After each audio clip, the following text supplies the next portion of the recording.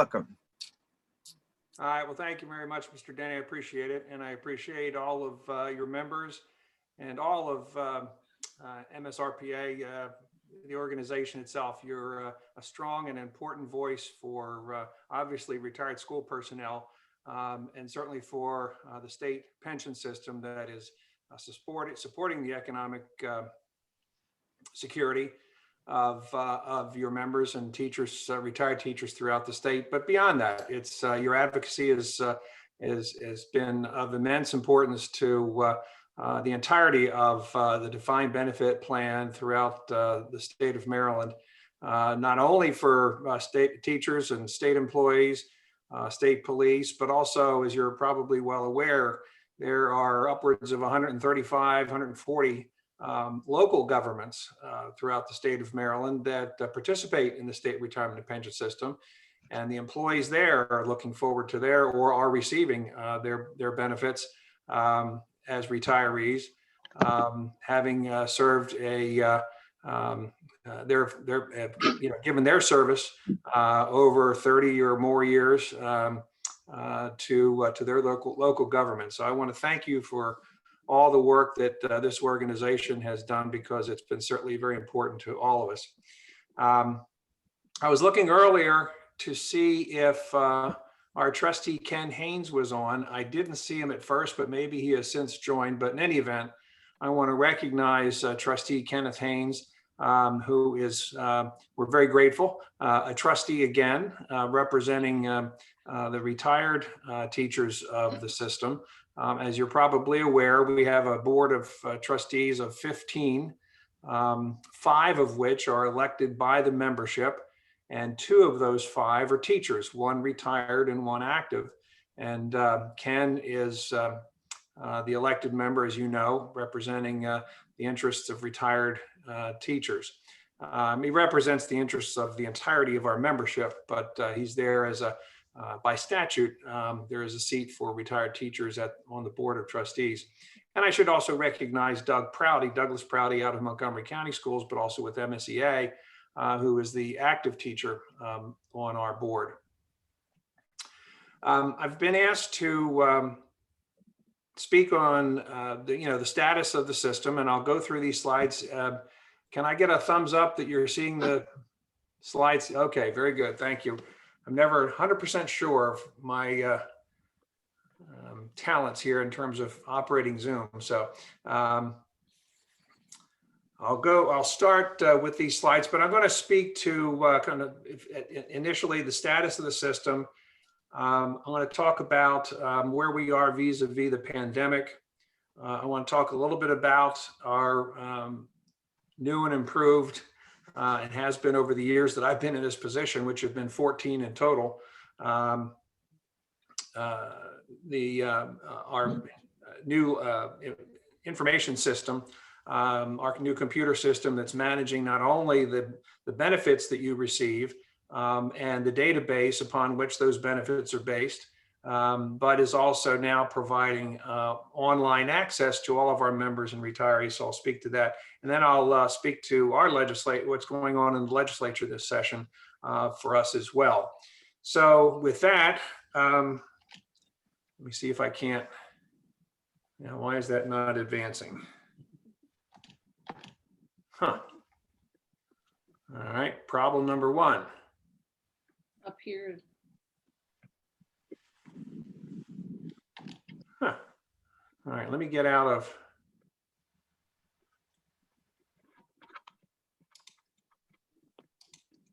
Let me try it this way. Oh, doesn't want to advance. Son of a gun. Up at the top with a little arrow, maybe? You. Yeah. Normally I can do it with my keyboard, but with the little arrow buttons, but thank you. Appreciate the hint. Mm-hmm. All right. So as you also are aware, the system is valued every year based on our entire demographic and asset profile as of June 30.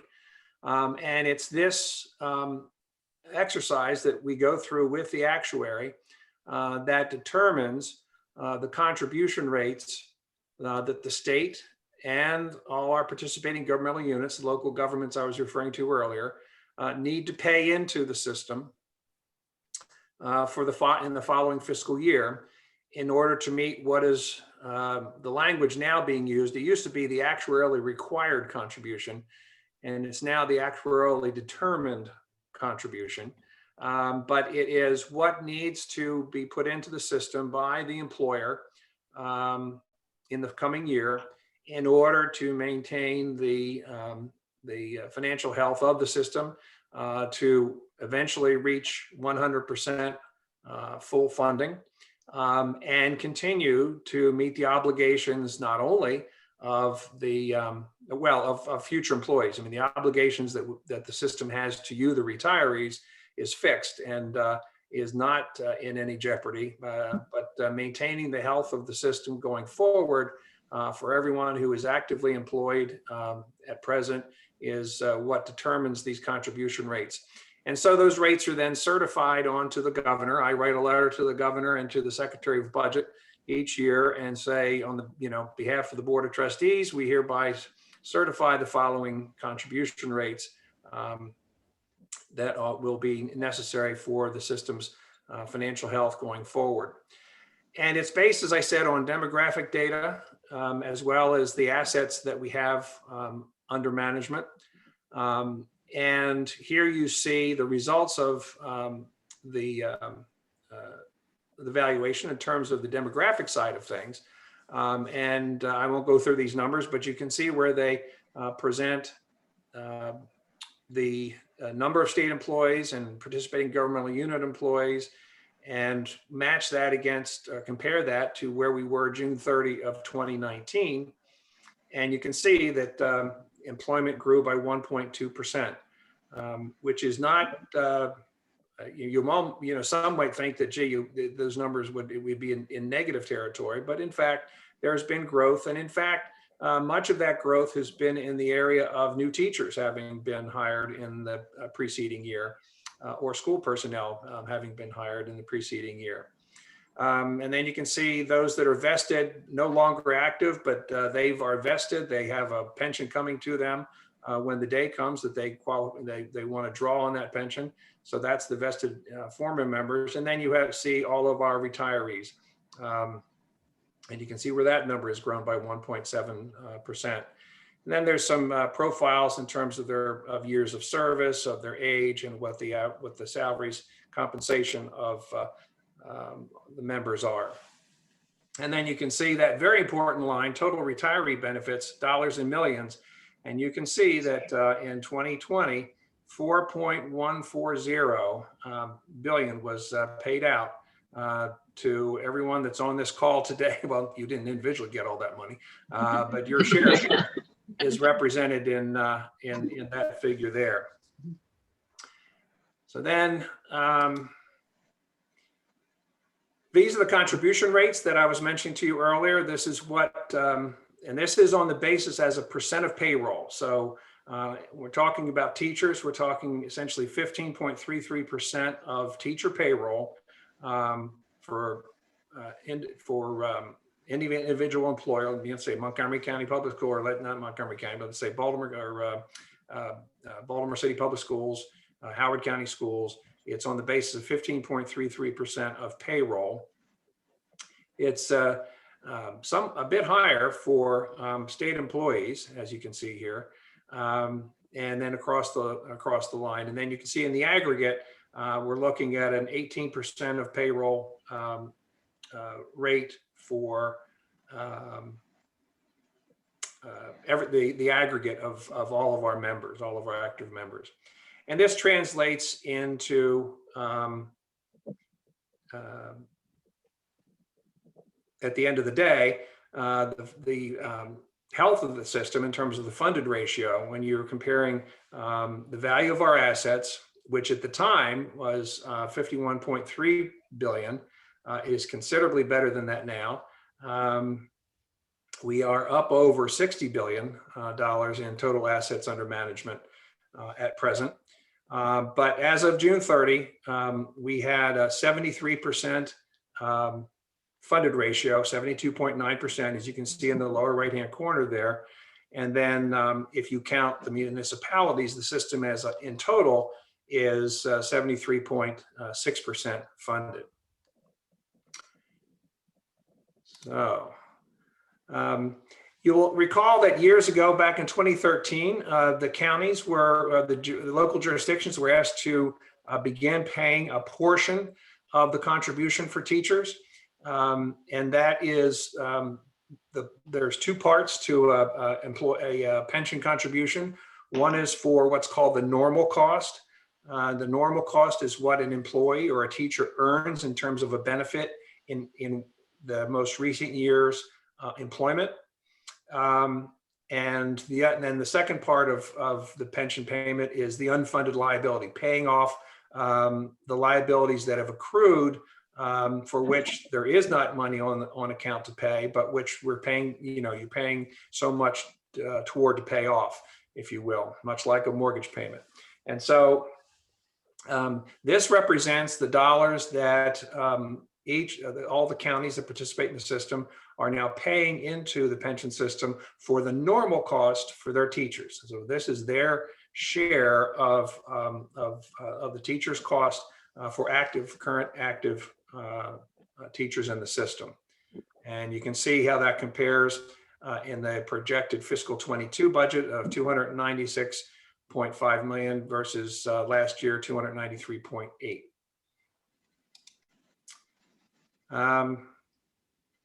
And this is the summary of the contribution rates. But what the purpose of this is you'll see the title of the slide. It's based on the 2011 reforms. And what this is really showing is how the system is faring from a sustainability standpoint since the reforms of 2011. And so the first column is saying this is what we were projecting, or the actuary was projecting to be the contribution rates, the 23.46 down to 23.85, and the funded ratio of 69%. That's where the actuaries thought we would be in 2020 based on the reforms, if they were to pass. After the reforms were passed, this is before the reforms would have passed. And then the second column, the 19.44 and on down, is what was projected to be where we would be in 2020 if the reforms passed. And then the third column is where we in fact are. So you can see we are at the bottom line there. We were expected to be at 73% funded. We're slightly below that today. We've actually been ahead of the game leading up until this year. But this was the first that's all right to talk and finances.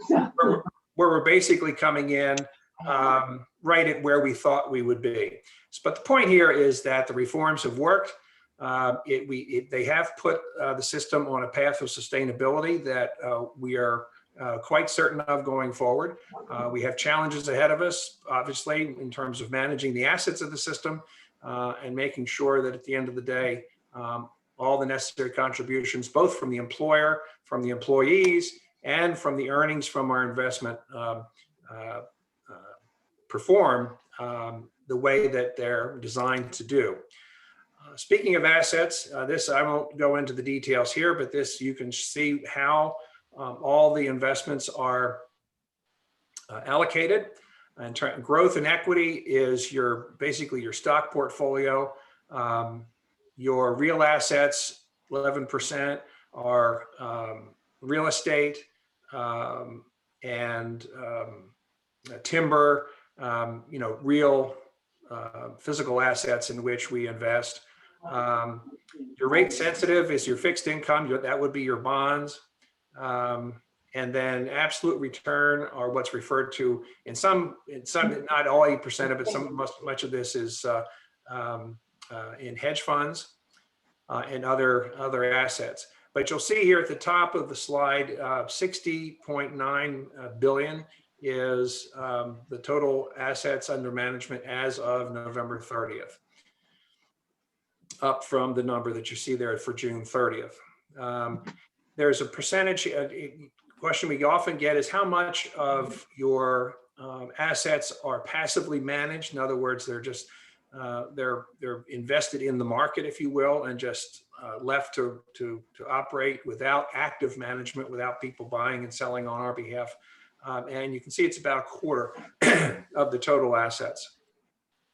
The Terra Maria program, I'll remind you, is the program for small emerging managers, women-owned, minority-owned, in large part firms who manage assets on behalf of the system as well.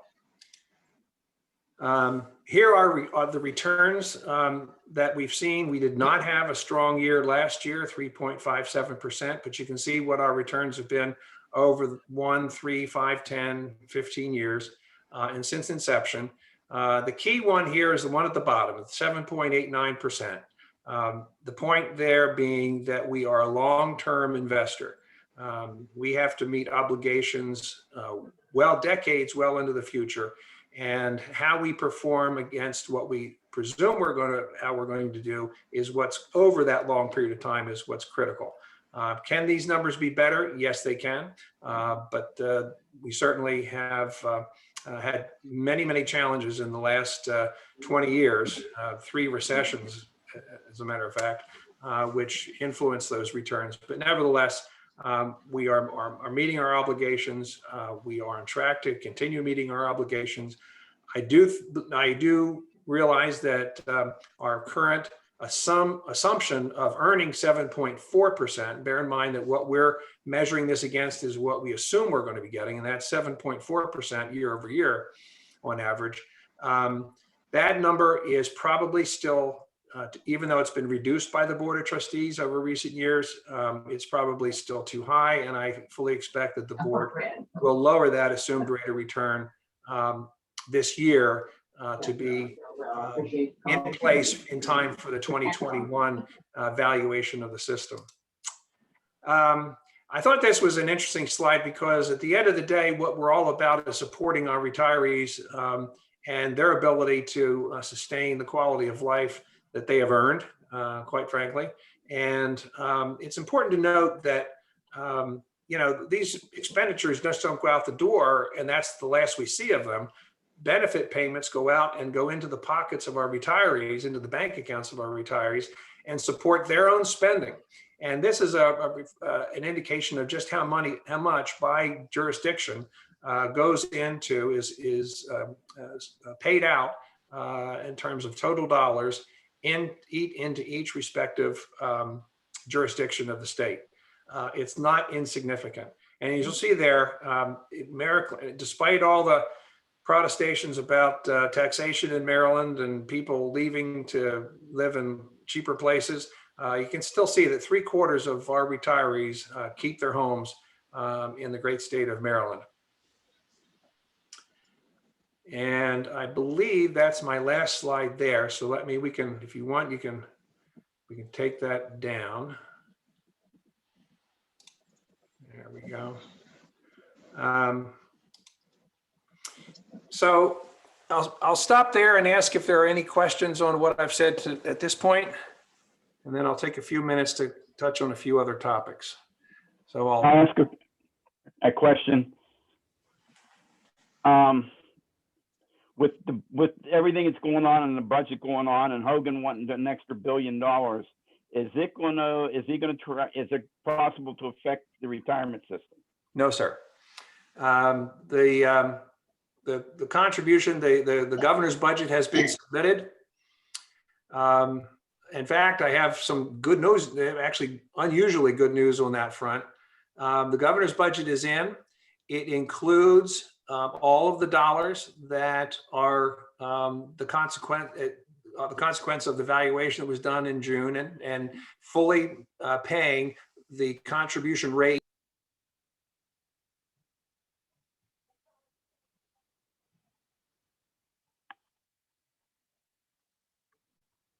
I just lost them. Lona, you need to unmute Dean. I Yeah. can't. I accidentally muted him. Dean, I'm you're good. gonna have to. I'm sorry. Hear me now? Yes, I'm so sorry. No worries, no worries. So the governor's budget, it contains every dollar that's necessary to meet the contribution rates that the board certified back in November. So all the money's in there. And not only that, but just for a second, I think you're aware that in addition, since the pension reforms were passed, in addition to paying what's actuarially required, the state has, in most years, put in additional dollars on top of that. In other words, kind of a bonus payment, if you will, to help kind of fast forward, if you will, getting to full funding over the course of time. So this year with the pandemic, the state held, there was $75 million that was passed in last year's budget that we should have gotten on top of what was actuarially required. The state held back that 75 million, thinking that it may be needed in order to balance the budget. As it turned out, the 75 million was not needed. Well, the Board of Trustees certified its rates in November on the assumption that we wouldn't be seeing that money. And that then determined what the rates for 2022 would be, which was a bit higher than had we gotten the 75 million. In other words, if you didn't get the money in, that gives you that much further to go to get caught up. So the rates that were certified this past November for this year's budget that was the budget that was just introduced, money, we assumed that we weren't going to see that money. Turns out we are getting that money. So that resulted in the board needing to recertify new rates, having gotten the 75 million, which would have been a lesser amount, slightly lesser amount than what was originally certified. The state budget department came back. We went in and said, okay, here are the new rates. And the state budget department said, we've decided we're going to fund the system at the original rates that we received. We think we can do that. So the consequence of that is not only are we getting what we are actuarially required, we're getting an additional $7 million on top of that because they went with the original rates instead of taking the new rates that we sent them. And we're getting the $75 million reinvested savings. So this is it. We're doing very well this year. We're getting what's actually required and then some. Dean, the question has come up whether or not we can get a copy of your PowerPoint presentation. Certainly. I'll send it to Wanda. Thank you very much. Yep. Are there any questions from anybody? If not, I know I've got only just a few minutes. I'll go through just a few more items. Number one, the impact of the pandemic on the system. I've talked about the financial impact, which there hasn't been any other than the impact on the global marketplace itself and on returns. We ended up pretty much in the middle of the pack, comparing us to our peer plans around the country. In terms of our investment performance, our asset allocation really is set up in a way that we're protected against great fluctuations in the stock market. And so that there's a more constant and consistent level of funding of the system and therefore the contributions that are coming into the system. The pandemic did have an effect. Obviously, we were looking for 7.4% return. We only saw 3.57%. But again, bear in mind, what we're not, determining our success or failure on the basis of 1 year. It's over the course of many, many years that the system invests and provides for its pension payments and benefits. This has been a tough year for all of us, and I don't need to go tell anybody here on this call, and certainly it's been a tough year for state government and maintaining its level of operations. I could not be prouder of the people who work for the state retirement and pension system and your state retirement agency. They've done an extraordinary job under very difficult circumstances, but we have not dropped a stitch. Obviously, You all have received your benefit payments on time and in the right amount. There's been not one hiccup along the way in that regard. And so we're very pleased for that. And operationally, we've continued to function.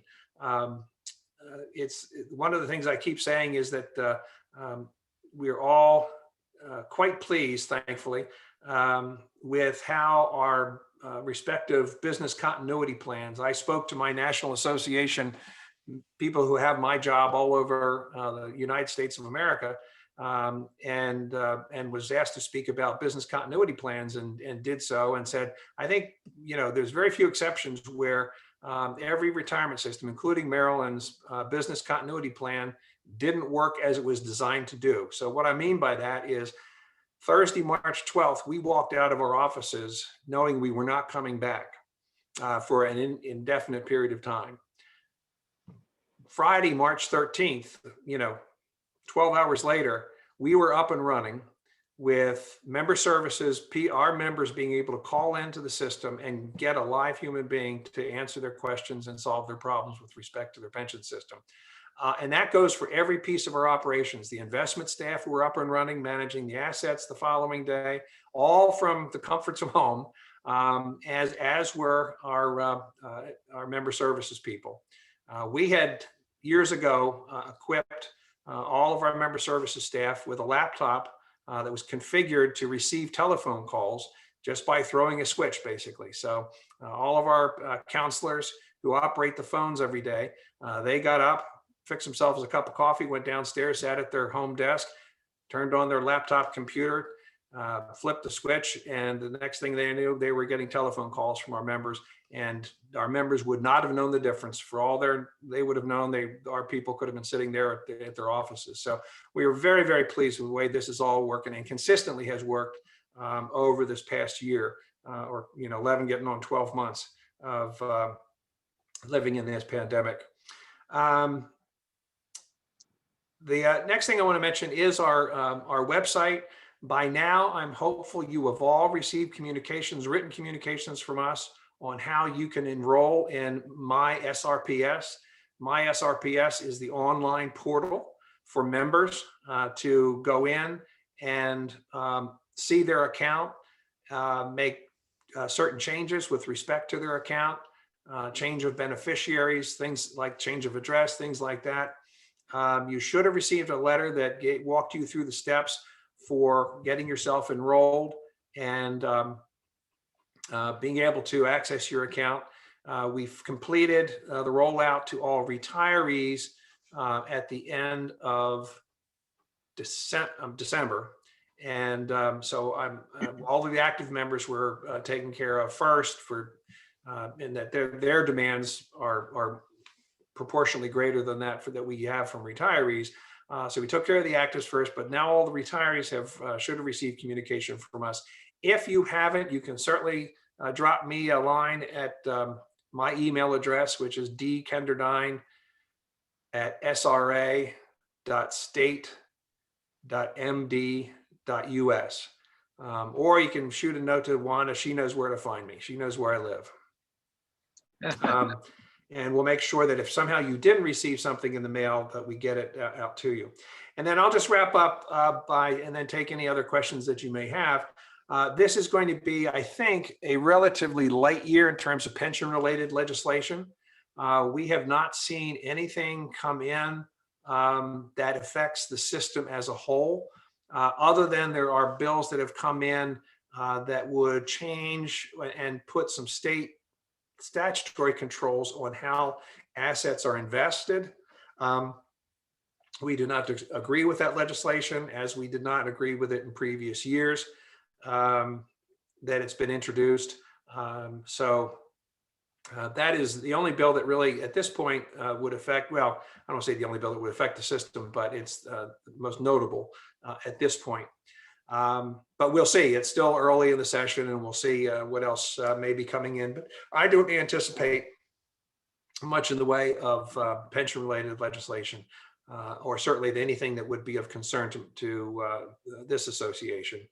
I do want to point out, however, that we do expect legislation coming in that would provide in line of duty death benefits to any teacher or public employee in the system who dies as a consequence of COVID. It would be a death benefit that would be provided just like any other death benefit that would take place in the line of duty. The presumption that's going to be obviously at work here is that the individual contracted COVID as a result of work. And regrettably, I think you've probably seen recent news accounts, even just this week, about how I think there's been three people who have unfortunately and sadly lost their lives to this terrible pandemic and this terrible disease. But I know that this is something that is keenly, this is something that was really brought forward by the senator and delegate who chair the Joint Committee on Pensions. This is their initiative, and I fully expect that bill will pass this year. So I will stop there. I think I've pretty much hit my time allocation right on the nose, and I'll take any remaining questions that there might be. Are any questions? If not, I'm going to turn it over to Virginia. Now, Lorna, when Virginia gets done, unmute everybody, will you please?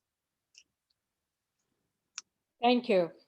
And Wait, thank you. wait, sorry. I can't unmute anybody. I can only mute them when they start making noise. Oh, okay, so when Virginia gets done, everybody Right. unmute yourself. Right. Thank you. I'll learn. Thank you. And thank you, Mr. Kenderdine. We so appreciate all that you've brought to us over the years. And I want to say to everyone that those years are 40 years working as a public servant for the state of Maryland, 14 years with the Maryland State Retirement and Pension System. Mhm. During those years, as an executive director, he has taken us through the Great Recession, the 2011 pension reforms, the new state-of-the-art portal system, and now the pandemic. He's had a very busy time of it. And for our association, we most appreciate the years that you have come here and explained this complicated program to us in ways that are clear and we can understand. And on behalf of the members of MRSPA, we would like to present you with this token of our appreciation. Can you get it from me? There you go. There you go. Thank you so much. Thank you very much. That is very much appreciated. It's lovely. I think it's embossed with the logo of MRSPA. And then on the back, I think my name is on there, and that is very, very much appreciated. I've had, I feel I've had a great friendship with this organization over the years, in no small part due to the great people that are part of it, and certainly amongst those, the people who have served as trustees of our system. I think of Carl Lancaster, I think of Teresa Lochte, obviously Ken Haynes. All along the way, the support I have received from my board of trustees over the 14 years I've been in this job, and behind them, people such as yourselves has made this experience of mine an absolute delight and so very, very rewarding. I'm actually a social worker by training. I originally came to Maryland in 1976 to get my MSW at the University of Maryland. Thought I'd get my degree and head out and go somewhere else, but here I am, however many 40 some years later, still here. Went to work for the State Department of Human Resources as a social worker, actually in the area of public policy on child abuse and neglect. One of the very first things you all have lived under a mandatory reporting law where child neglect has to be by law reported to authorities. Well, that law didn't exist in 1978. And I was a student intern at the time working for the state and worked on getting the legislation passed. So that was my first accomplishment in the General Assembly, was in the 1978 session, getting that law passed. But I worked in that area in the late 70s, early 80s. I then left state service and went to work for then Congresswoman Barbara Mikulski, and I ran her district constituent service offices in the 3rd Congressional District for a number of years until she ran for the United States Senate. I worked with her through that campaign and then served getting her constituent services set up around the state of Maryland then when she was U.S. Senator. Then I went to work for the Department of Business and Economic Development, was there for 11 years running the state tourism and Office of Tourism, Film and the Arts. And then I went to work and I was under then Governor William Donald Schaefer. And when Governor Schaefer was elected comptroller, he asked me to come in and serve as his chief of staff. So I served him for 8 years. And that's where I got introduced to the pension system because Governor Schaefer was, or then Comptroller Schaefer, was a trustee of the system, just like Comptroller Peter Franchot is now. And I served him for 8 years. And that's where I learned what little I know about the pension system. Was those 8 years as his chief of staff. And then when he left office, I came over and have been for the last 14 years the director of the agency. So that's probably much more than you wanted to know, but it gives you a sense of, I hope in some small measure, the pride I take in the career I've had serving the people of this great state. And I certainly count all of you amongst that lot. So thank you all very much. It's been a pleasure and an honor. Okay, so this is a two-step process, all right? First of all, I want to point out that Wanda's provided the email address for Dean in the chat section. Next thing is everybody unmute. Everybody unmute, please. And let's give him a round of applause. We wish you well. Thank you all very much. Thank you for Thank your service. You're going to be around until the end of June, right? That's right. I'll be here till June 30th, and I'm not leaving the state. I'll be here after June 30th. I intend to remain active, as all of you have been. I keep telling people my life after June 30th is not going to be napping between rounds of golf. I expect to keep myself busy and contributing in other ways that I can. I'm very active with Goodwill Industries of the Chesapeake, and I intend to give them more of my time when this is all over. So I expect to be around, and it would be great to cross paths with any one of you in the coming years. So thanks very much. Thank you. Thank you, Virginia, for that. I'm going to ask Tammy Bresnahan from AARP if she'll come and give us the legislative priorities for AARP. Tammy? Hi, how are you? Can you hear me, everyone? Yep. Good. I'm glad I signed on a little early because I thought, well, I thought one of the emails I've gotten, and believe me, I've gotten 1,000 of them in the last 2 days alone. And it seems like our priorities are changing as this COVID vaccine rollout takes place.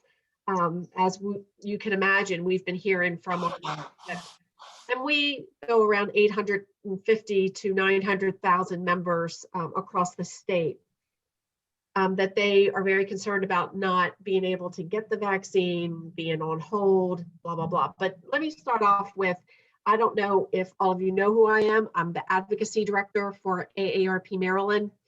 And like Dean, I worked for the Department of Human Resources for 26 years, right out of college in the 80s until 2011 when I came over to AARP. My last position there was the executive director of government affairs.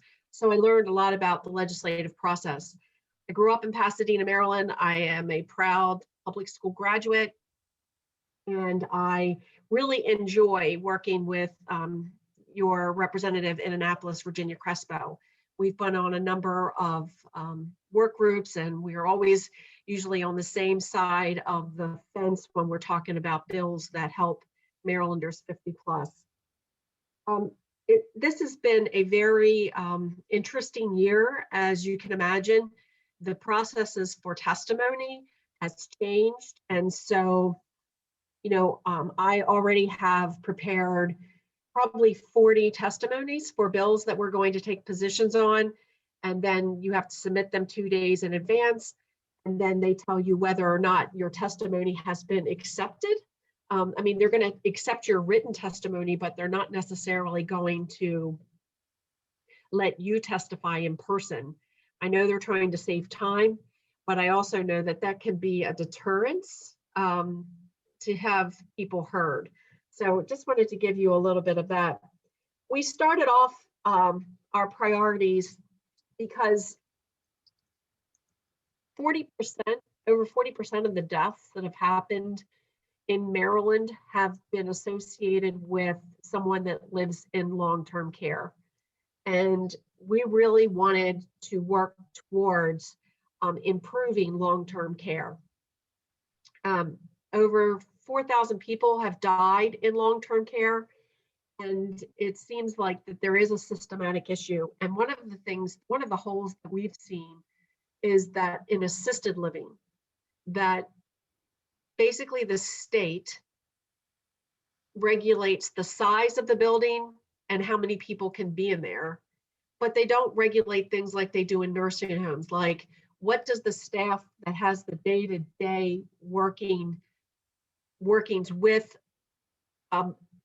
someone in that facility, what kind of certification do they have to have? And what we have seen is the managers, they don't have to be certified. They don't have to have any long-term care experience. They don't have to have a health background. The people that work in there only have to have been, said that they took care of their grandparents. One of the things that we were trying to do is beef up, and there's about 1,400 of assisted living compared to the 300 nursing homes in Maryland. And nursing homes are heavily regulated. They could make improvements around PPE and testing and vaccinations as well. But assisted living, you'll see them pop up in your neighborhoods. You'll see them pop up on the street. You'll see signs saying that we do elder care, and there is very little regulation.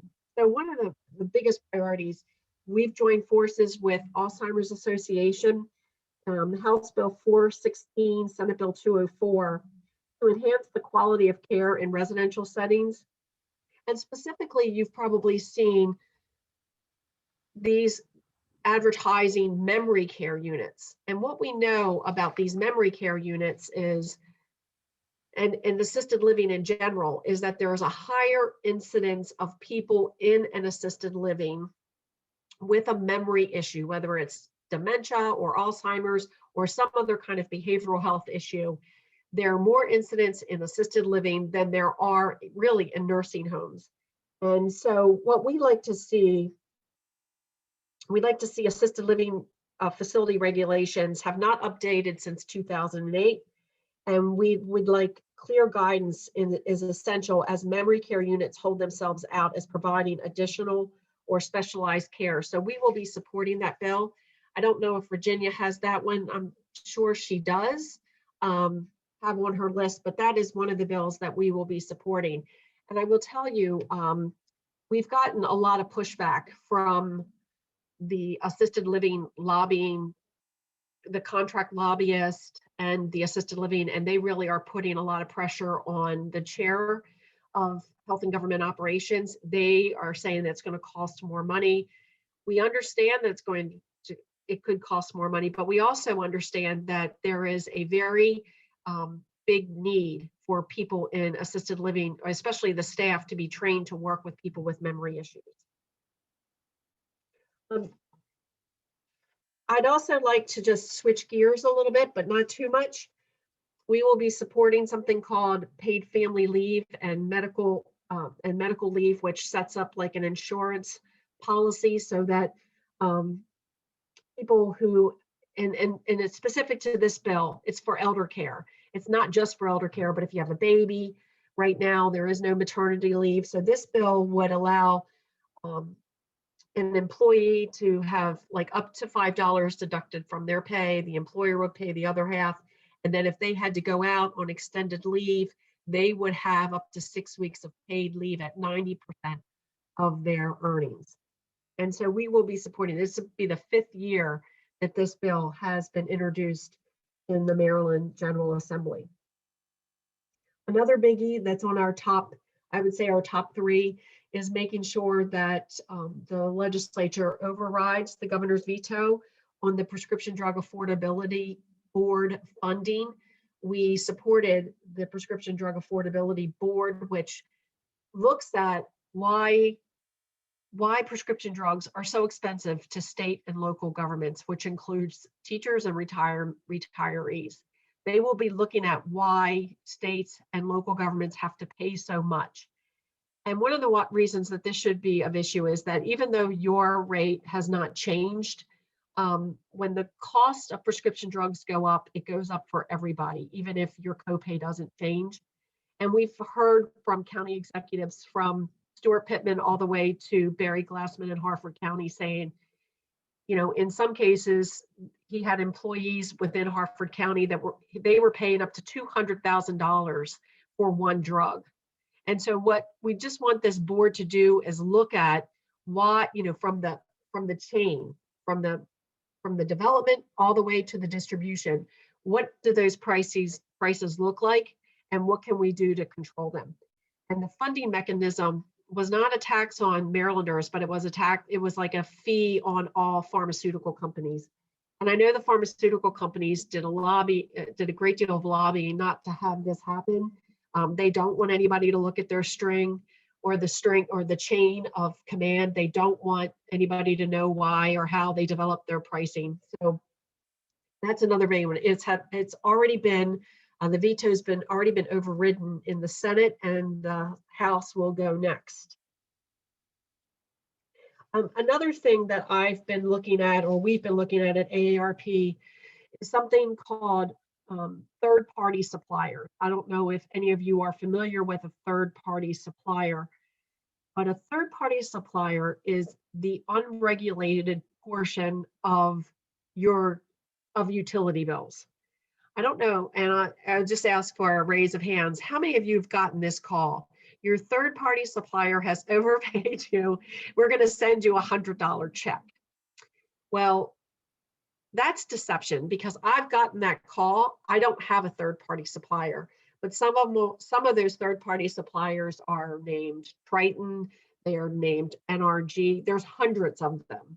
And they stand on corners, they work out of Costco, they work out of BJ's, they go to the Department of Social Services, they are at food kitchens, and they try to get people to switch to their companies. Well, what we know is once you switch, and if you are not like looking at your bill every month, say the current BGE rate, or if you're in Pepco, the current Pepco rate is 8 cents per what they call the SOS. Well, that's what you would pay per kilowatt hour.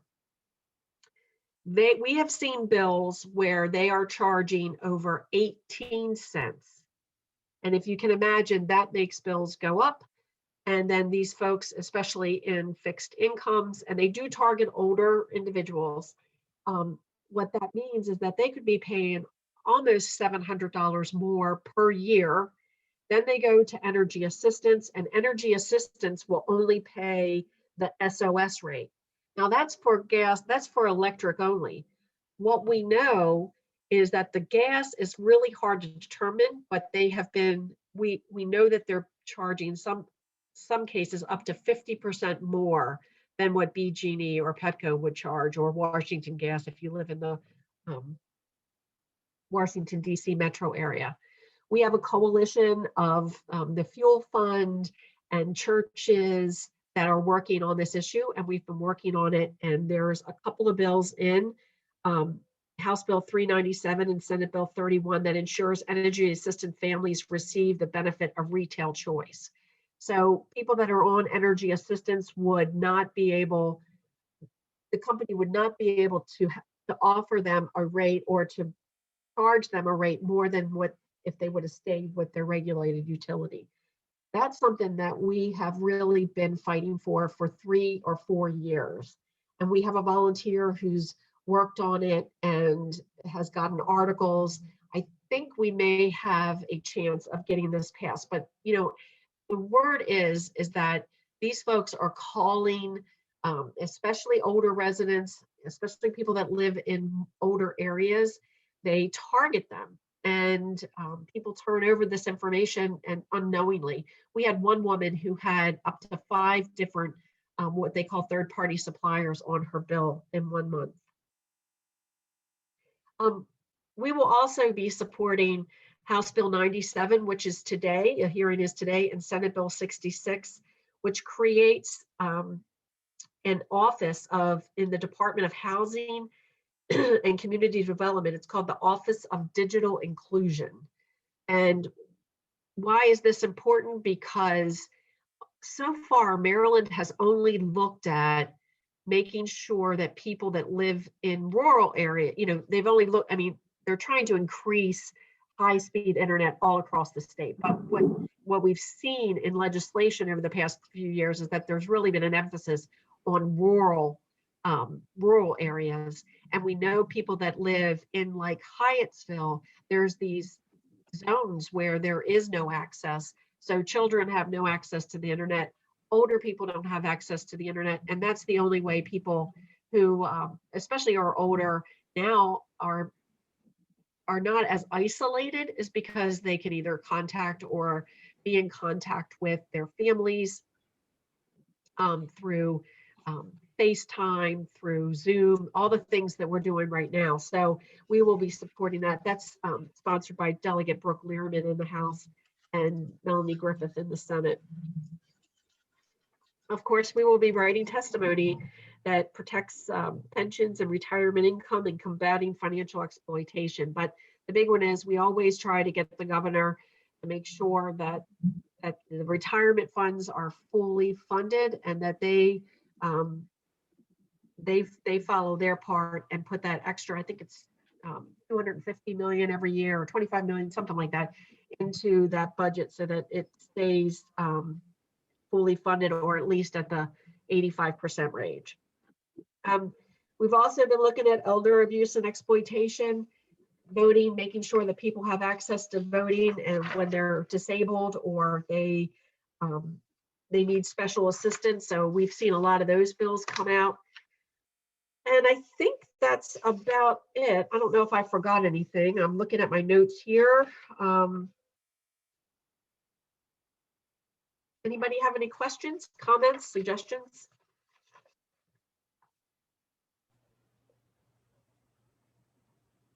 Yeah, Tammy, Yes, sir. I did a wonderful boner.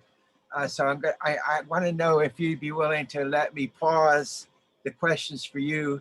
I don't know if we could get Becky on, we'd appreciate it. Rebecca Ruff is the operating budget manager for the Department of Legislative Services, and she's going to give us a Maryland budget update. And I do apologize to Rebecca for flubbing the boat, messing the boat. So Rebecca, if you're here, please join us. I am here, and not a problem. I will give a warning. I have 2 very young elementary aged children, and virtual learning is about to end. So if you hear noise in the background, I apologize in advance. I guess I will go ahead and share my screen and provide you with my presentation. Thank you for having me. Can you see Yeah. the PowerPoint okay? Yes, ma'am. Wonderful, very good. So I'm just going to provide you with a quick overview of what the budget looks like now that we've seen what the governor is proposing for fiscal 2022. To give you a little bit of really quick background about myself, I've been with the Department of Legislative Services since 2006. I started as a policy analyst. My background is primarily in the criminal justice policy realm, but I did spend a year looking at the K-12 budget. So when they promoted me to one of the 2 operating budget managers, I guess they decided that was enough qualification to be able to review that side of the state's budget.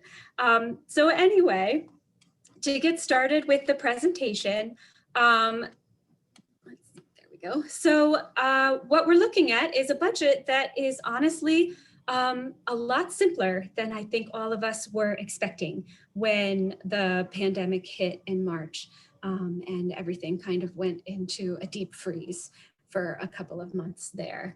If you look at this chart, this is showing you how our revenue outlook has actually stabilized and is considerably better than we were projecting back in May, when we were kind of in the midst of what seemed to be the worst of it. Back in May, when we were asked to provide an alternative scenario for our economic picture, we were looking at shortfall in general fund revenues of more than 13%. And if you see and compare the red bars to the black bars, which is the projection that was put out by the Board of Revenue Estimates just in this past December, you can see that it's considerably better. And in fiscal 2022, they're actually projecting an increase over where we thought revenues would be all the way back in March during the last legislative session. And the reason for this change is a few variables. One being that we've received a substantial amount of state and federal stimulus funding to help us combat the situation that we're in with the pandemic and to help boost up the economy and struggling businesses, and funding various grants for various entities. You can see here the majority of the funding, 62%, has gone to business assistance, but there is about $1.4 billion estimated for K-12 education expenses. I would note that this $30 billion number includes the CARES funding and all the legislation that was passed, as well as the December stimulus funding, which we are aware of and have estimated allocations for, but is not reflected in the governor's budget yet. The other thing that's going on, and I don't have a slide for it, is that we're really, when it comes to revenues, which the general fund is primarily sourced from the income tax and the sales tax revenues, we're seeing a bifurcated recovery in that certain sectors of the population, when we look at income tax withholding, seem to have not been nearly hit as hard as we were expecting. So we're actually seeing increases in withholding numbers for sectors of the workforce, like government workers and certain private sector industries, such as the finance industry and retail trade and things like that. Where we are seeing people harder hit is definitely more in the accommodation and food service sectors, as well as the arts and entertainment and personal and repair type services. But so overall, we're looking at a budget that seems to have enough revenues to be able to support a lot of what the state would normally be expected to cover. And so this slide gives you a picture of exactly what the fiscal 2022 spending plan looks like by fund source, and how that compares to the current fiscal year. So we're looking at a budget that does decrease when you look at all funds by about $1.1 billion. So total spending of about $49.4 billion. General fund spending of just about $20 billion. When you look at this chart, there's a few things that I see here that are worth your attention. So while the overall budget declines by about 2.2%, what we're actually seeing is general fund growth of 7%. And that's because of the reduction in federal fund growth, or federal fund availability. And so what's really happening here is that in the fiscal 2021 budget, we are recognizing a substantial portion of that federal stimulus funding, but that funding isn't expected to carry forward into fiscal 2022. So while we realized a decent amount of general fund savings in the current fiscal year, we're having to backfill that with general funds. And that's the reason for the general fund growth and the federal fund decrease. The decrease in special funds in fiscal 2022 is most dominantly reflected in the transportation budget because of an expected continued decrease in revenues that are generated for the Transportation Trust Fund. Some of the budget highlights are that despite the situation that we've been facing, we are still looking at a budget that provides the state with about $1.2 billion in cash reserves. This is a general fund closing balance of just around $200 million, which is $100 million above what the Spending Affordability Committee had recommended as a minimum. And then also just under $1 billion available in the Rainy Day Fund. In order to get to that fund balance, the governor is relying on about $1.1 billion in budget balancing actions. And this includes about $860 million in spending reductions and also $422 million taken from the appropriation that would have otherwise gone to the rainy day fund. He does leave the rainy day fund at about 5% of general fund revenues, which is also consistent with what the Spending Affordability Committee had recommended.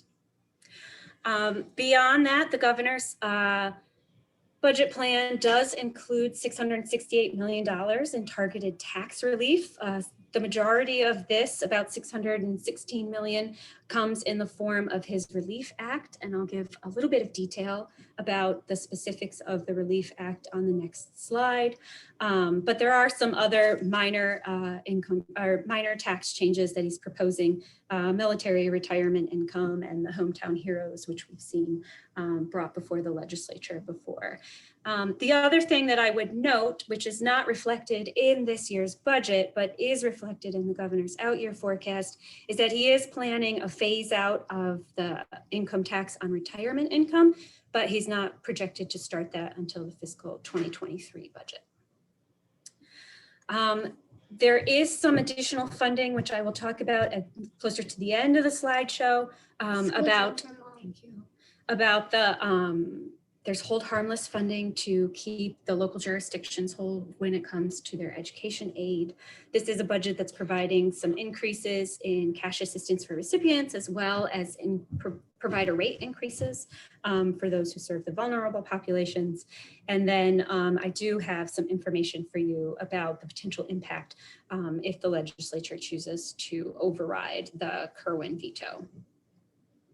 So the specifics of the Relief Act are that, as I mentioned, it would result in a total of $616 million in less general fund revenue for fiscal 2021. These aren't permanent changes in statute. They are meant to provide temporary relief. And so it would be exempting unemployment benefits from state and local income taxes, as well as providing stimulus checks to certain subsets, families and individuals who are deemed eligible under the bill.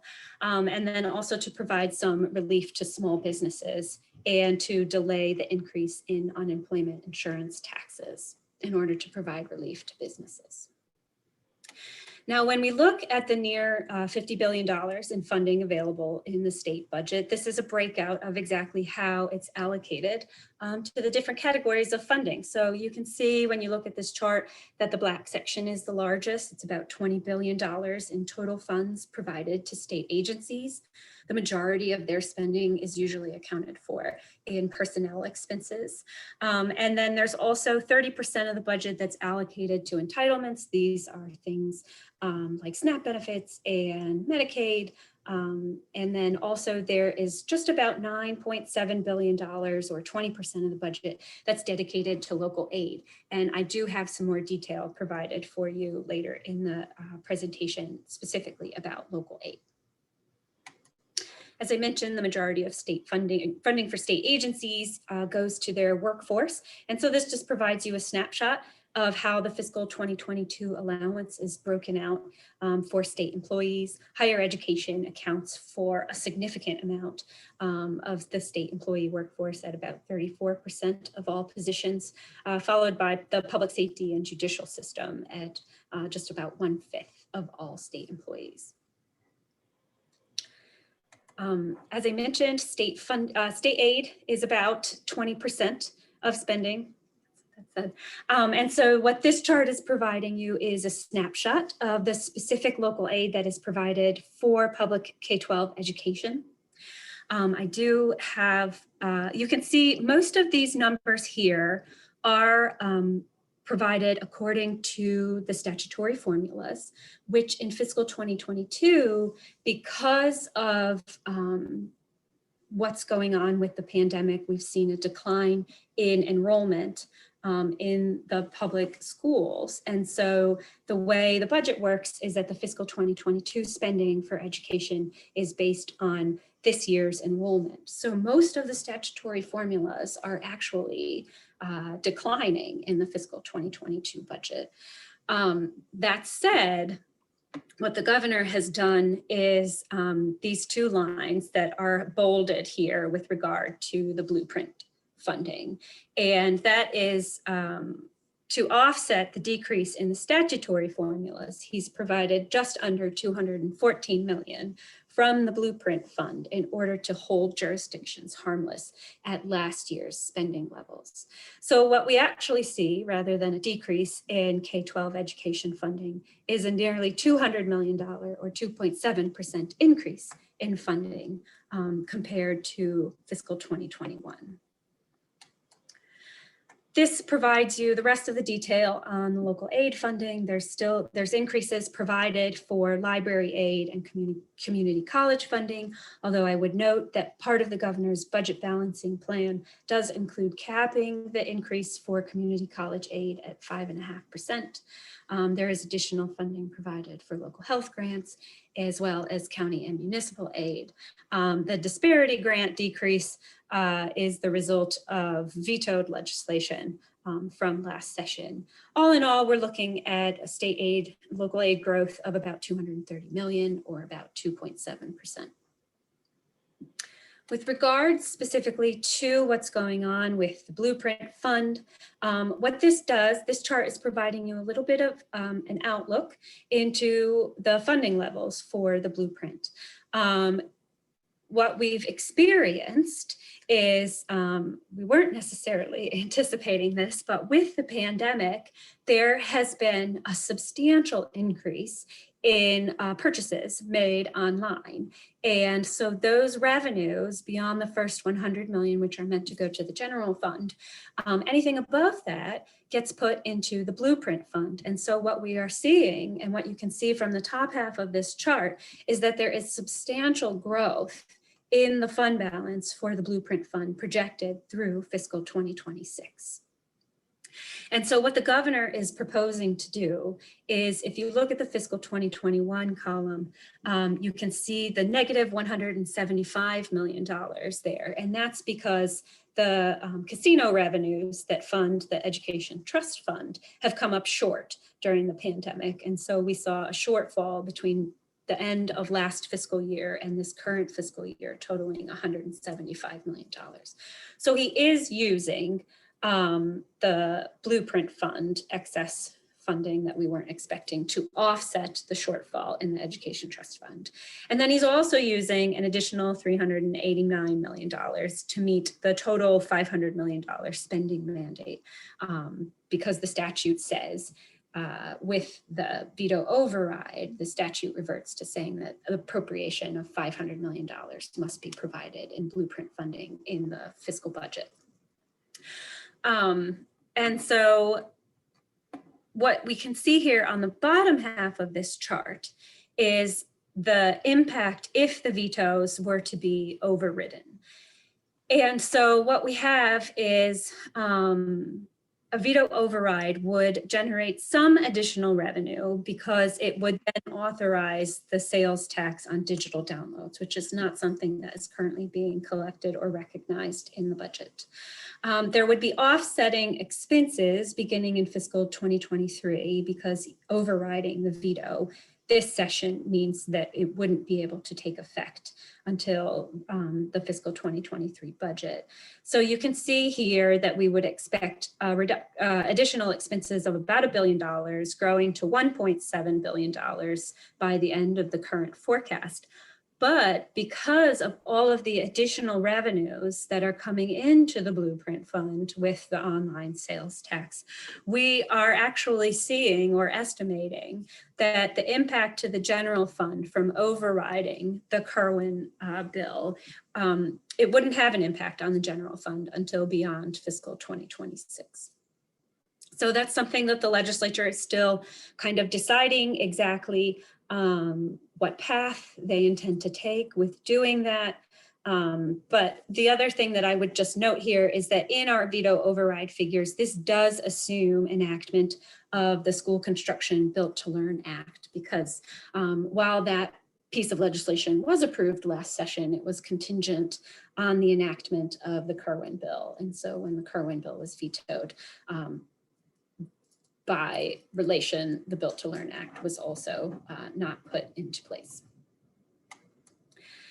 This chart here provides you a little bit of detail on how the governor is planning to expend the blueprint funds in fiscal 2021 and 2022.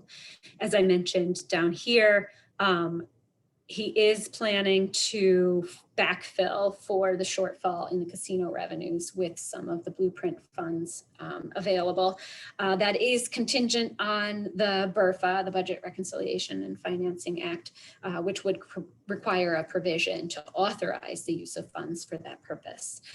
Also contingent on the BRFA is this $213 million for the Hold Harmless grants, because neither of those are currently authorized purposes for use of the Blueprint Fund in statute.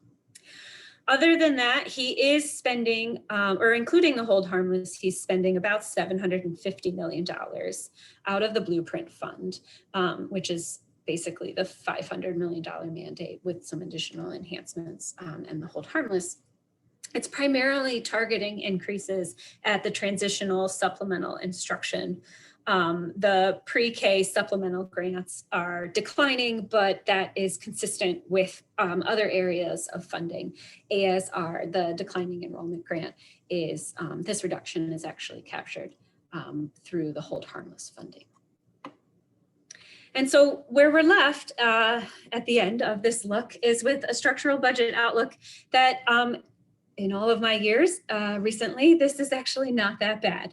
The governor has submitted a budget that by our estimates is near structurally balanced, which is far better than the spending affordability guideline, which had indicated that the structural imbalance should be no greater than $700 million.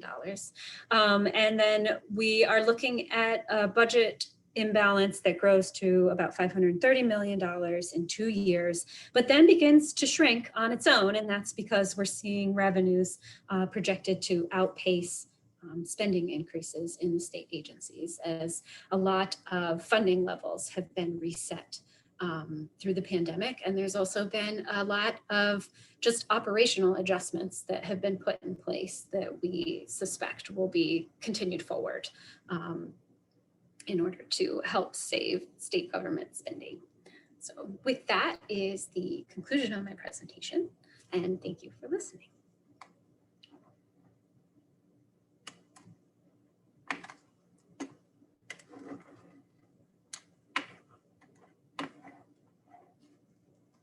Opportunity to speak with you all. If there are any additional questions, I think Wanda and Lana have my contact information, so please don't hesitate to reach out. Thank you. And we apologize, again, I apologize for the delay, but thank you for your flexibility and have a No good day. problem. Thank you. Take care. Okay, so before we go back to Tammy with questions, we're going to do a door prize. We have 3 door prizes today. You have to be present to win. So don't log off before you get a chance to get one of the 3 prizes. And Wanda's going to draw the first name, and then we'll go back to questions for Tammy.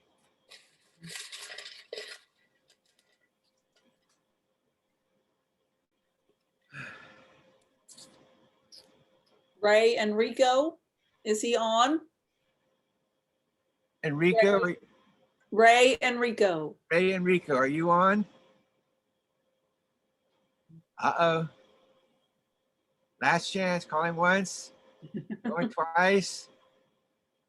Okay, draw another one. I should have said that up front, then maybe he'd still be here.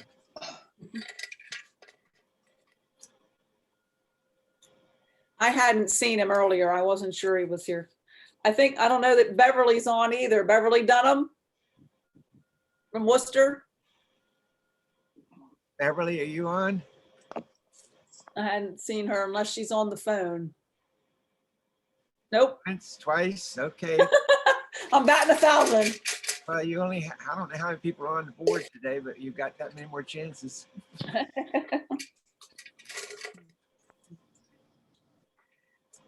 Here we go. John Bowman. I saw his name earlier. John, are you here? Allegheny.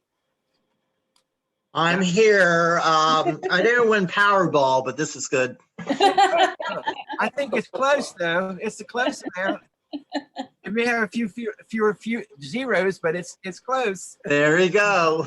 Thank you so much. I appreciate it. Thank you. Okay, so we're going to do two more before the end of the program. Tammy, we'll go back to you. And are there any questions for Tammy? All right. No questions for Tammy. We want to thank you for. I had a question for it. Okay, you got to pull the trigger a little quicker. Oh, I was raising my hand, but it got lost in the woods. But you understand there are 3 screens and I can only see 1 out of 3 at a time. So you Not a problem. You need to say Tammy, something.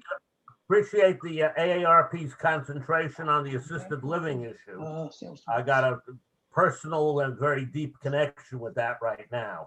But there was a bill that you didn't mention, and that's Senate Bill 47 that talks to the essential caregivers and setting up requirements for visitations. Now, I know in my wife's place, podiatrists haven't been allowed in during the pandemic. The beautician is not allowed in. They're not considered essential. Now, with somebody with a memory problem and not a physical problem, those are quite essential, as well as primary visitors. So we have seen this kind of bill go into effect across the country. I have been, let's just say, monitoring that bill. And one of the reasons is this. We've seen it go into effect in Minnesota, and a couple of other places. And what we've seen is, and what AARP doesn't like, is the ranking of caregivers. Who is more important than another? And what we've also seen happen, and this comes from Alzheimer's, is that the essential caregiver becomes the staff to the resident. And so we've been very concerned about how the bill's written and who's supporting it and why they're supporting it, because it is coming from the assisted living / nursing home arena.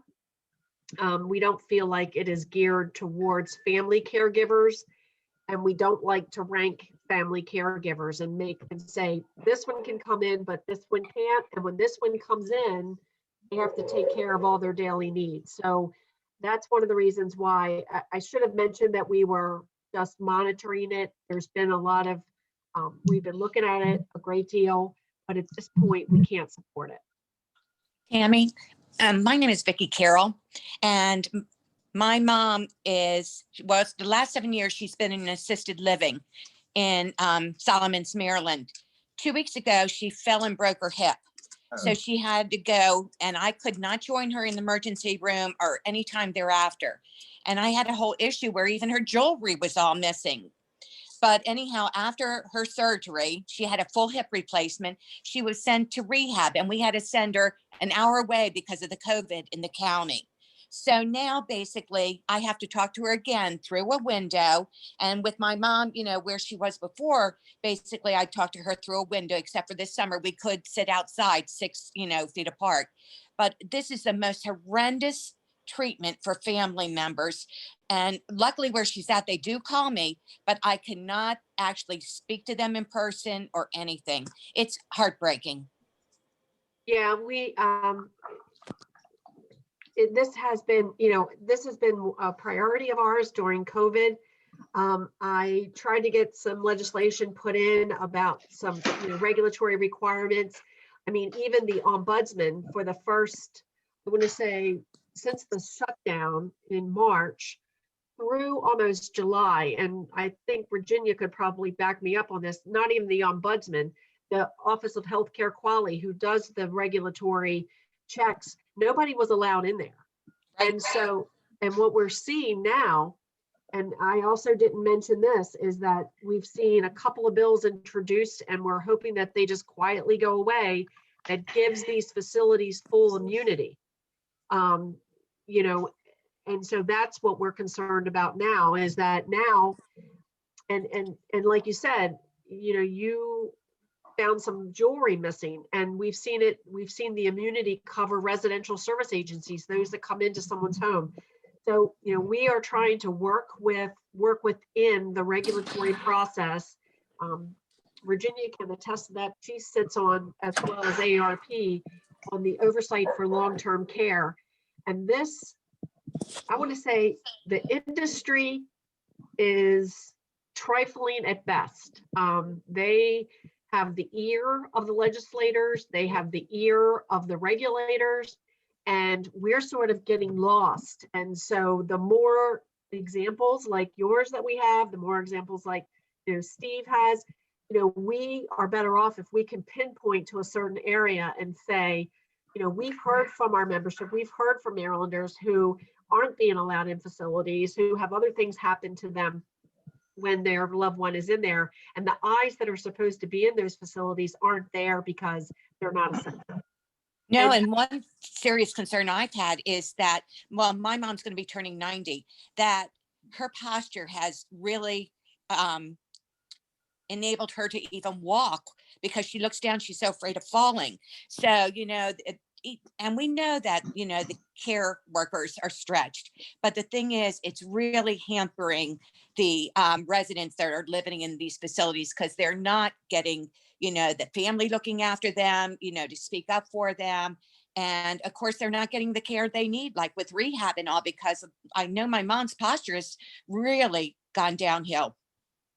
Yeah, and to make another example of that is that we've talked to pharmacists who usually go into these assisted living facility or into the long-term care facilities, and they look at the drugs that they're supposed to be taken to make sure that there isn't an interaction, and they haven't even been considered essential. Mm-hmm. So that's another thing that we've been looking at. So I know Virginia has her hand up. I think the oversight committee really dealt with a lot of these. Unfortunately, the best they can do is provide information to the legislators. But we did have a half a dozen of them attend the meetings, and they're aware of this, and we are seeing legislation in this regard. I don't know if it's unique to Montgomery County, but I sit on a family council for one of the larger and better assisted living facilities. We haven't seen our ombudsman since July, and we meet every 2 weeks on Zoom. The other piece of it that just needs to go in there is that in a dementia facility, the family caregiver is as vital as a physician. My wife has forgotten my name because I haven't been to see her in her room since March of last year. Her teeth are missing, and I can't go looking for them. So hopefully that's a little anecdotal information, Tammy, and I'd be happy to give you more offline. Okay. All right. And I would like to say that AARP, if you are a member and you've gotten the newsletter, the last one and this most recent one have excellent articles on nursing homes and what AARP is trying to achieve. And there's even, well, Tammy's mentioned in the sub-article about Maryland and what's going on there. So that it's a very good read to keep you up to date. But I will say this is an uphill battle. This industry is very, they are indoctrinated. They have a lot of support from the legislators. I don't know if any of you live in Howard County where Chairman Pendergrass lives, but last year she had a bill pulled that would require sort of substantial changes to the assisted living guidelines that would require those folks that work in there be certified and licensed. I mean, it only makes sense. I mean, people that take care of older people, who take care of people with memory issues, they have to have some kind of training as to, and be certified to do that. Even the state, who has a program that's called the in-home adult services program. Those are people that go in and they might, at a lower income level, they help people cook meals, do errands. They have to be certified nurses assistants. In assisted living, they don't have to have any licensing or credentialing at all. And these places are taking more, like I said, more and more are taking people and advertising that they have memory care units. And there are no guidelines as to what that memory care unit means. I know that we spent a lot of time on that, but if you can reach out to Virginia or you can reach out to me, and we'd love to have your stories. The definition of a memory care unit in many assisted living facilities means a locked door. Period. I've witnessed that in my own family, and it is very disturbing. So, anybody else? Any other questions? Tammy, we want to thank you for sharing with us today. We know that we appreciate your flexibility, number one. For your comments, I appreciate them. Thanks for having me. So many of you took time to join. It's a little difficult that I can't really see all of you, but I appreciate your being here. As a matter of fact, as I pointed out to Steve, to get all of you, I have to go to 3 different screens. So it's really great that you're taking this time. And as a reward, we're going to do another door prize before we go on to the next part of our agenda. Why?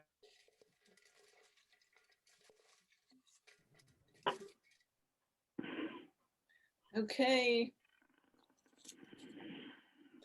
Lucy Travers.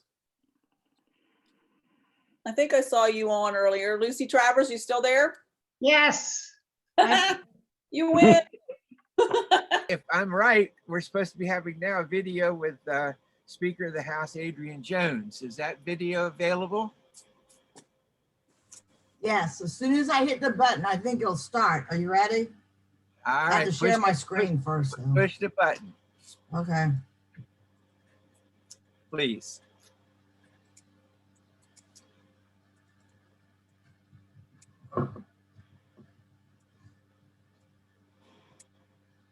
Can't hear. Oh, you can't hear. Hold on. Hold on.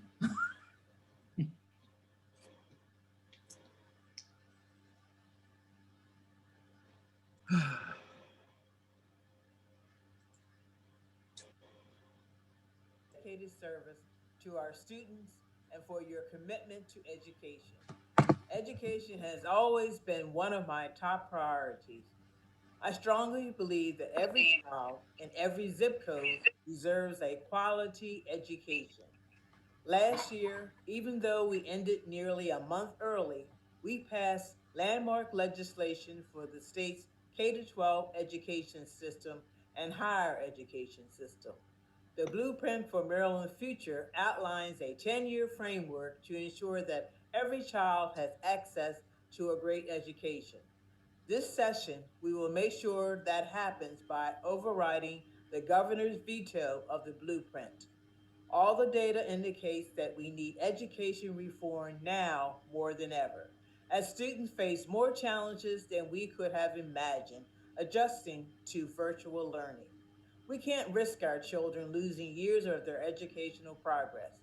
We have had several members of the House working on a package of virtual learning bills to help students that need extra support catch up. House of Delegates leadership has always been working on a COVID recovery package to expand access to broadband, improve the unemployment insurance process, help more families stay in their homes, and provide relief to struggling restaurants and small businesses. We have also learned over the past 9 months that we can better use telework policies to improve the environment and relieve congestion on our roadways. This session will be unlike any other, but one thing that won't change is our commitment to our students and teachers. I want to thank you all for the work you have done as educators to help students reach their full potential. I hope that each of you will continue to be engaged with the legislative process and give us feedback on how we are doing.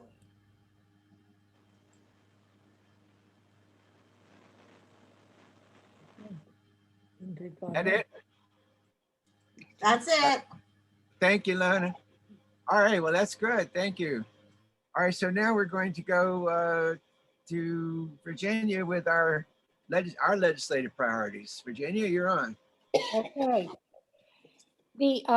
As has been said many times, things are different this year.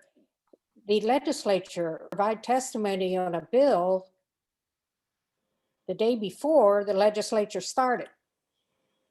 Fortunately, it was a bill that we had supported last year, so I was able to provide written testimony.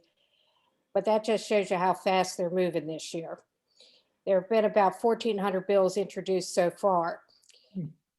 In August, when the legislative committee met, we reviewed, as we do each year, our priorities. And if you look at, I don't have a PowerPoint presentation, but you have these that were sent to you.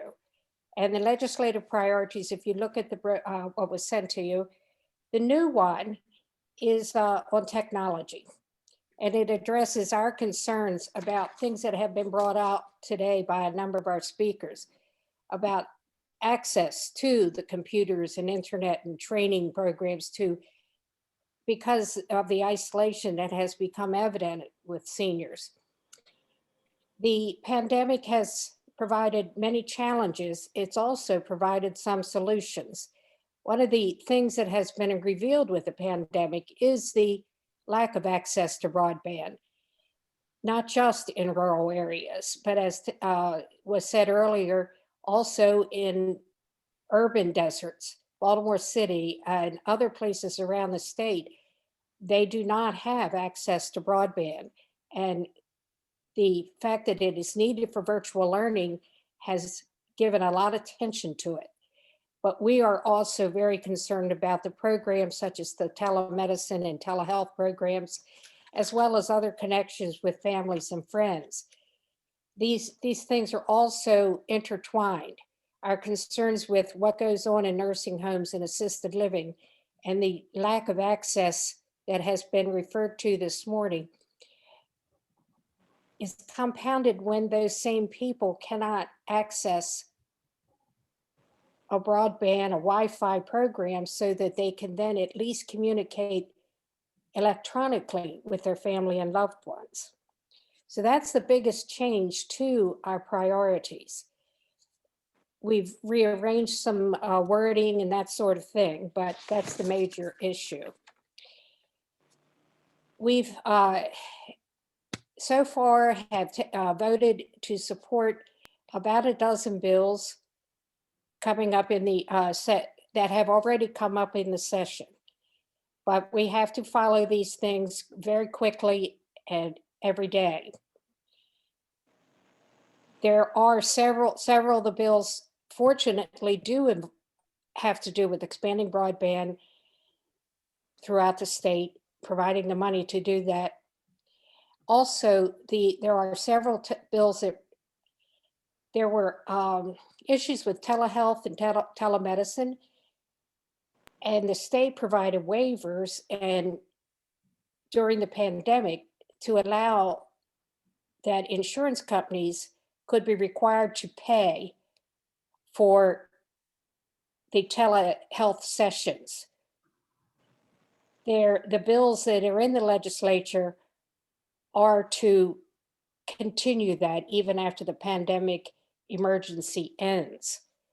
So that, and there's two that we're following in particular. One of them is the broad one to continue this, and the second one covers an aspect that isn't dealt with in the first one, and that is allowing telehealth conferences on behavioral issues, mental health, drug addiction, etc.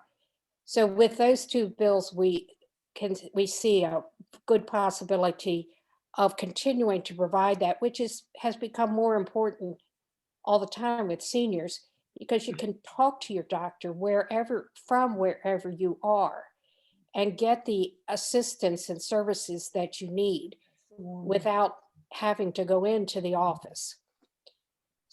This is becoming more and more important, and it's not going to change even after we get through this crisis because of people's proximity to their doctor's office and to hospitals. This is just one of the things that have come out of this that I believe will become part of how we do business.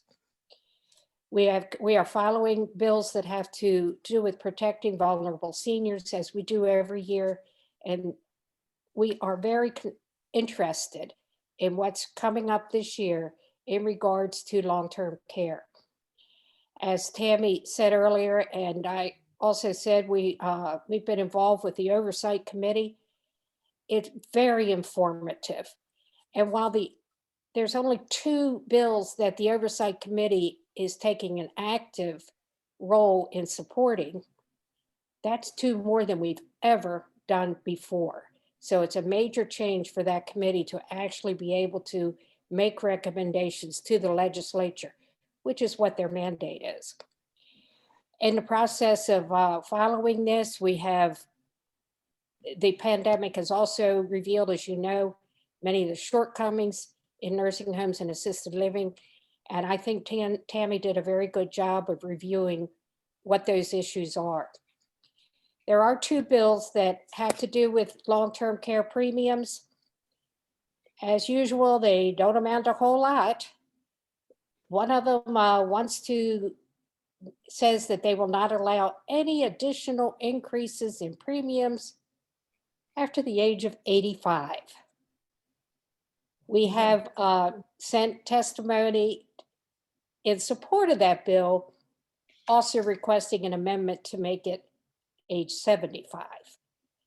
What we consider, the way we look at it with these bills, whether or not, regardless of the strength of the bill, is that we need to get something. And they have been so reluctant to do anything over the years that anytime we can get a foot in the door, nose under the tent, however you want to put it, we've supported that. We are also paying attention to the blueprint for Maryland, but since we have set it up for Betty to discuss that, we've decided that she should be the specialist. So I'm not going to go into that, but I would answer any questions you may have. Questions?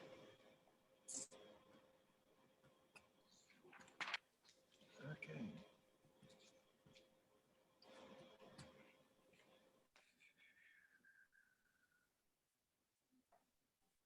Are the committees meeting and actually taking testimony? That's a very good question. What they're doing, and in fact, let me start with the Senate is meeting. They have set up their little carols around them, their plexiglass carols for protection. The House is not actually meeting in session until the first week of February. And when they do meet, they'll be in person, half of them in the chamber and the other half in the large meeting room at the House office building. In the meantime, committees are meeting and they are accepting all the testimony that we give is written, or as Tammy was saying, you can give oral testimony virtually, but they have limited the number of people who can give testimony. So it is a little stifling in the fact that we don't know until the day of the hearing. If I were to give sign up to give oral testimony on the long-term care bill, let's just say, for example, I would put that down, but they would not tell me until the morning of the hearing whether or not I will be one of the people given the opportunity to give the oral testimony.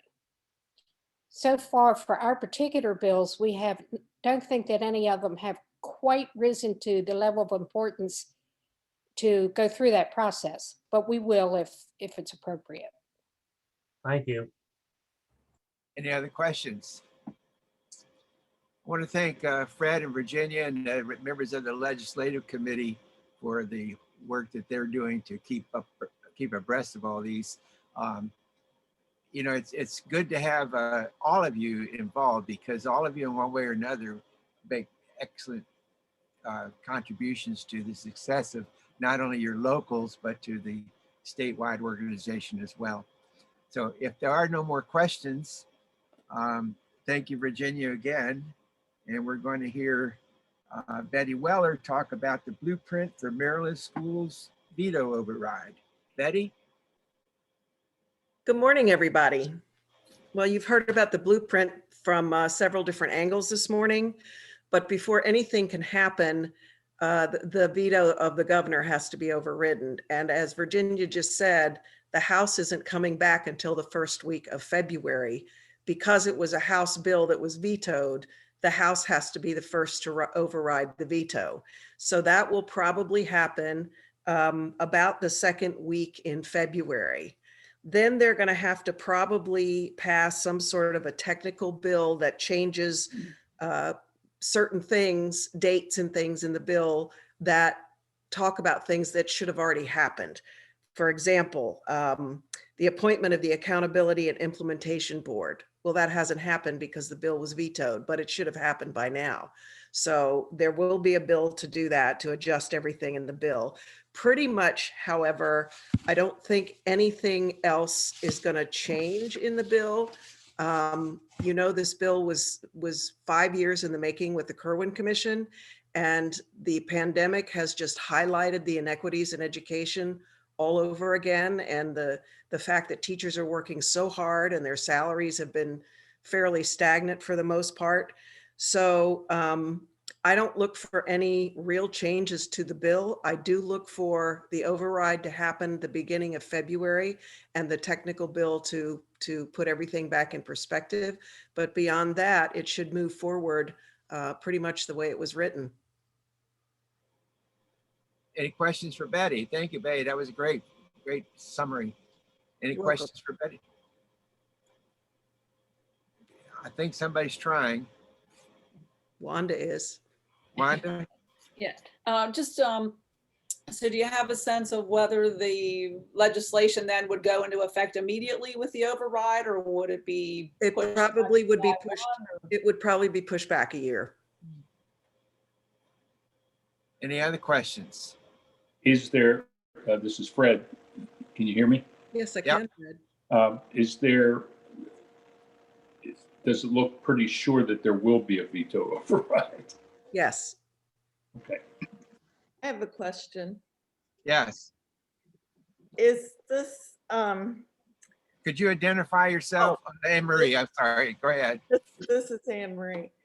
With all the adjustments that the teachers have had to make this year that were forced upon them and they rose to the occasion, is there concern that by implementing a whole broad-based change that may be brought on, you know, just as far as new strategies, new ways of doing things, is this going to be, again, an overwhelming situation coming back into trying to get to quote normal? I don't think so, because the timeline for implementation for this is about 10 years, I think. This is Okay. not something that's going to happen all at once. Okay. So it should be gradual enough that people can take a deep breath and regroup. Okay. Thanks. Sure. Thank you. Other questions? Just dive in with a question if you have one. Hey, we're getting close. Fred, you want to talk about Maryland MRSBA Lobby Day? Yes, I've been asked to talk about something that probably will not occur because of the COVID crisis. And I just don't, Wanda and I talked about this the other day. We normally, last year we had our lobby day on March 5th. And given the current situation, I just don't see the possibility. However, what I can assure that will happen is that we, meaning MRSPA, will get the word out to the locals like we're doing right now. There's nothing that will stop you from lobbying from your locals to your legislators about the things that we've talked about today. So it doesn't look as though we're going to have this lobby day. but doesn't stop us from lobbying, so to speak. Anything Virginia, you I'm want to sorry. add? Oh, and one other thing, I want to thank Betty and Virginia especially, and Wanda, of course, for their follow-up on the issues that they've discussed today. Do a super job. Thank you. And Virginia, you got some letters prepared to send out to various Right. people. You want to talk a little bit about those? You or Fred? The letters, the testimony letters? Yes. Yeah, it's been a little challenging getting used to how it's done this year, but for example, there's the hearings that are being held tomorrow. I sent 2 letters yesterday, 48 hours ahead of time for the hearing tomorrow. There's a hearing this afternoon and we have written testimony sent in for that. So we're continuing to get these out, and the committee will meet again whenever we'll meet again and discuss any further issues. These letters, Wanda, how are these letters available for the membership to look at them? That's on the website, I think. Well, we have not historically put the letters on the website, at least not since I've been there. Okay. We put the legislative update on the website, and we send the legislative update out. It'll actually go out after this meeting. So because it goes out by constant contact. So that'll happen after this meeting today. But we have not historically put the letters up there. That's something that I guess the committee can discuss and decide if that's what you want to do, but yeah. And Okay. if anybody wanted to know in particular what's about one bill in the letter we sent, we'd be glad to share that with you. I Right. did want to say that we have been getting more questions from legislators who have written us asking for our support on bills. And I think that's very good for our association to Right. have that kind of cachet with the legislators. And so far, the ones who have asked us for our support, they have been with issues that we were able to support. Excellent. Can I ask a quick question, if possible, and that is, if an individual that's on this call right now wanted to supply a letter or send a letter to it on a particular bill, how do we do that? Who wants to take that one? That's Go a- into the, I think it'd be Okay. a couple of ways. One, it's just a formal letter to that delegate or that legislator. And with email now, all that information is available. So send it directly with an attachment. Is that? yes, if you're writing 2 individual legislators, you go on to the easiest way to do it is to go onto the legislative website, Right. look for your legislator, click on their name, and you'll see at the bottom a link to their email. You Right. can then send it that way. That's the quickest. Things have changed to the point where I no longer recommend snail mail Right. for many reasons. But as far as testimony is concerned, that's more complicated. And I'd be glad to tell you how to do it. But the letters to the legislators is still a fairly simple thing. Just find their name on the website, and then you'll find their I email. was thinking more in terms of testimony to a committee that's hearing a bill. In that case, the process is that there's something on the website, the legislative website, called My MGA. You click onto that and then you create an account. That's all that means is you put in your email and Right. pick a password. Now you're on it. Then from that, you can then find your bills, choose your bills, and provide testimony. And that's on the legislative website of the state? Correct. The Maryland, we'll put in the chat room what the official website is called. Here it is. It's on there now. Okay. And Thank then you go to My MGA, which is in the upper right-hand corner. Any other questions? Okay, thank you. Hearing none, we're going to do a wrap up, and the wrap up is we're going to do a 4-question poll that we're going to have Lana put up on the screen, and then if you could respond, how are they going to respond? They're going to go to the reactions, or how are they going to do that? They can check, I think they can just, can't you Okay. just check on things? I'm doing it right now and I I was can't. just- doing it now. I'm just checking it. Yep, You can it click on works. it. You can It click on works. it. You can click on it and then submit it. So the first question is, have you attended an MRSPA legislative workshop in the past? Yes or no? So you can click one of those two. Yep. Number 2, which agenda item did you find most informative? Select all that apply. We'll give you a minute or so to do that. I can't read it. I can't read it All right. because I can't see it. Number 3 is, which agenda item did you find least informative?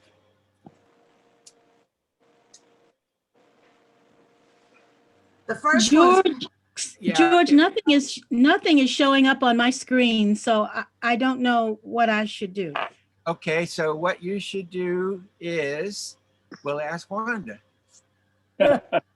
What should the poll is shown, the poll is out there because people are hitting it.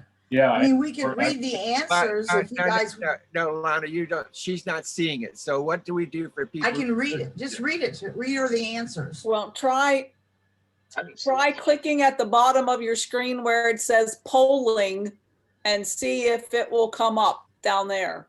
There you go. I don't know if it will, but you can try it. Give it a try. This is making green. I am not, it's not allowing me to submit. It won't let you submit. No. Okay. You gotta go, you Why gotta did you submit because you you got- haven't finished all the questions. questions. Right. You gotta Okay, but it's scroll down also- to the 4th question. Then the submit button will be brighter. Time Yep. out. Time out. So if you cannot get the poll, if you let Wanda know, we'll see that you get the poll. Okay. The last question is, would you recommend your local send representatives next year to this conference? You have 3 choices. Yes, if it's in person, yes, if it's virtual, or no. And you can answer as many, you can choose, Right. you can Right. choose more than one answer there.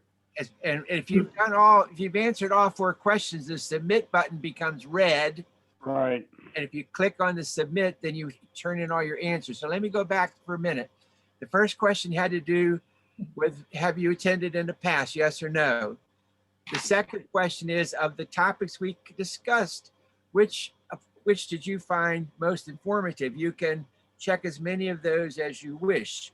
Pension update, state budget update, AARP priorities, MRSPA priorities, blueprint veto override, or all of the above.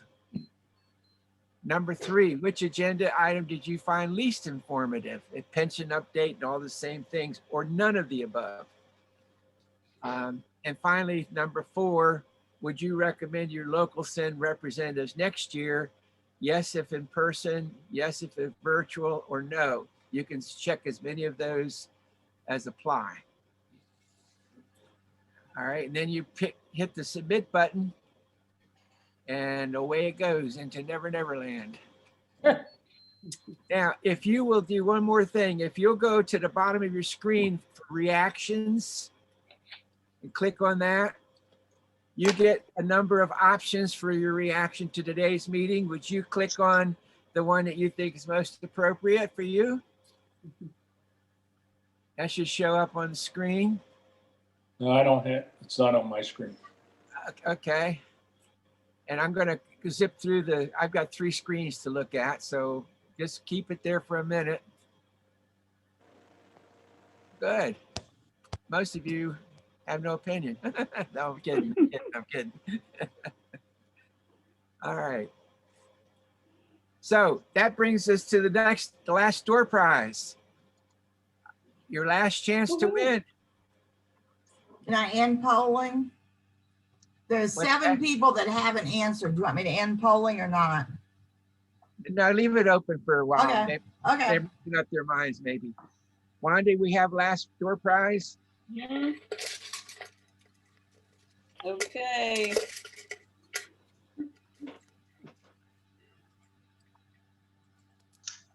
Gene Striegel. You still on, Gene? Gene Striegel. From Howard County. You still here, Gene? I hope not. I hope not. Wait a minute now. There aren't that many zeros on that thing. All right, Wanda, let's try again. He's probably in Australia. Wanda, Hang on, let me look. I'm looking for it. Well, like with the lottery, add another 0 and then pull another one. Okay, I don't see him anymore. So, okay.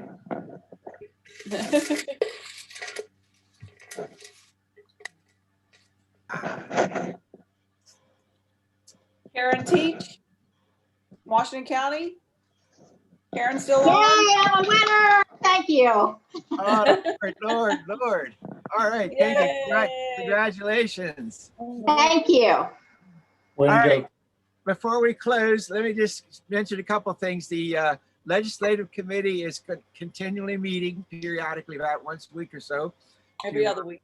To look over. Huh? Oh, well, wait a minute. Hold on to a minute. Look over the results of the, the status of the bills. On the screen, you should see the results of the poll already.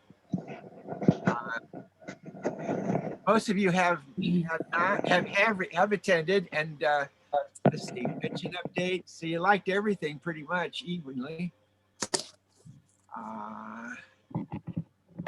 Pension update was the least MRSPA priorities. Well, it's good to see that you would attend if it was in person or virtual next year. So we'll keep that in mind, and hopefully we'll be planning an in-person meeting next year, but who knows? Let me share just 2 other quick things. I plan in February to do a meet and greet in Area 3 South with the area. And the reason I picked that area is that that's the only area of the state that does not have an executive area director. And we're looking for somebody from Area 3 South, that's on the Eastern Shore, lower part, to step up and take on the position of area director. But in the meantime, I'm going to have a meet and greet with the leaders of those counties sometime in February. So you'll be hearing more about that. Finally, the last thing is I want to thank each of you for a couple of things. 1, for being here today. 2, for working so hard in your locals. I see the newsletters from the various locals, and there's so many things going on that people don't even realize are happening, and you all are making it happen as leaders in your locals. So please keep up the great things you're doing and keep sending the newsletters to us so that we can see what you're doing. And finally, I want to thank Wanda and the staff for the outstanding things that they've been doing during the pandemic. They've been working from home, they've been working in the office in rotating shifts, but they're still getting the answers to your questions out and taking care of the issues that come up on a daily basis. So I want to thank Wanda and the staff for what you do. And if there's nothing else, I'm going to say, be safe, and we'll see you the next time. Thank you much. Thank you, George. Thank you. Thank you, George. Thank you. Goodbye. Take Bye. care, everyone. Thank you, Thanks, George. Thank you, I- George. You did a great Thanks, job. everyone. Bye. Thank you. Great job. Bye. So long. Thank you. Take care. Bye. Where did Debbie go?